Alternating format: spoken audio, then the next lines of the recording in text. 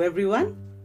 Welcome to another podcast where we will strive to promote matters to do with mental health and offer support to the resilience and recovery of people experiencing mental health challenges through public awareness. In today's podcast, we will explore and identify the difference between anxiety and anxiety disorder, which many people often confuse. Now, I will begin with explaining what anxiety is about. Anxiety is a normal reaction to many different kinds of events and situations in our lives. It is important to know that a manageable amount of anxiety from time to time can be helpful. What do I mean by this? For example, it can motivate you to prepare for an exam, a job interview, or even finish a task at work. Even happy events in life like moving to a new home, relocating to a new country, getting a new job, or celebrating an important milestone can also bring up anxiety. All this is just a part of life. Now we will move to anxiety disorders. Anxiety disorders are considered and are mental illnesses that have a big impact on our life. Such as, you may avoid going about your daily lives in order to avoid anxiety or situations that may cause you anxiety. You may experience a lot of uncomfortable physical sensations such as sweating, trembling, increased heart rate, and you also may experience physical health problems such as stomach pain, digestive problems, or even headaches. All this can be brought about by anxiety disorder.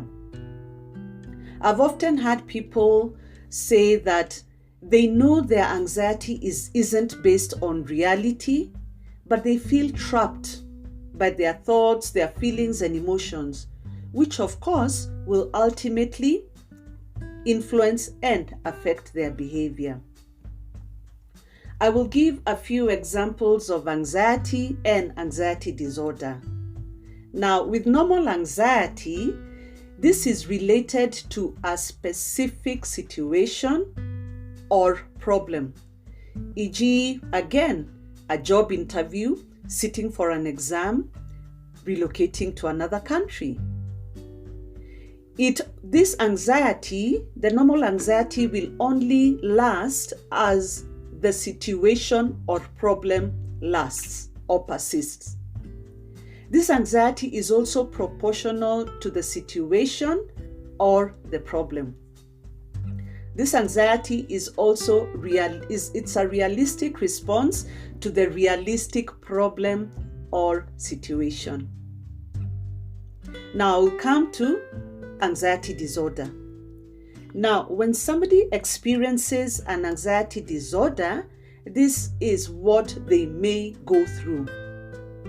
The anxiety may come up unexpectedly for seemingly no reason at all. The anxiety response to a situation or problem may be much stronger or even more intense than you would expect it to be. You also may experience a lot of unrealistic anxiety, such as fear of a situation that will likely never happen. There may be also a sense of hopelessness and helplessness. This anxiety may last for a long time, even when the situation or problem has been resolved. Anxiety may feel impossible to control or manage, therefore adding a source of stress. You may also find yourself avoiding situations or things that you believe may trigger your anxiety symptoms. It's important to know When does anxiety become a disorder? Anxiety becomes a disorder when it starts to affect your ability to cope or your ability to go through your normal activities of daily living, or your interaction with the world around you in an appropriate way. I'll give a few examples of anxiety disorders. They include general anxiety disorder, which is also referred to as GAD. There's social anxiety disorder, which is also social phobia. There's specific phobias, and also there's separation anxiety disorder. These are just a few that I've mentioned. Please note that it is very important to know that anxiety disorders can be treated.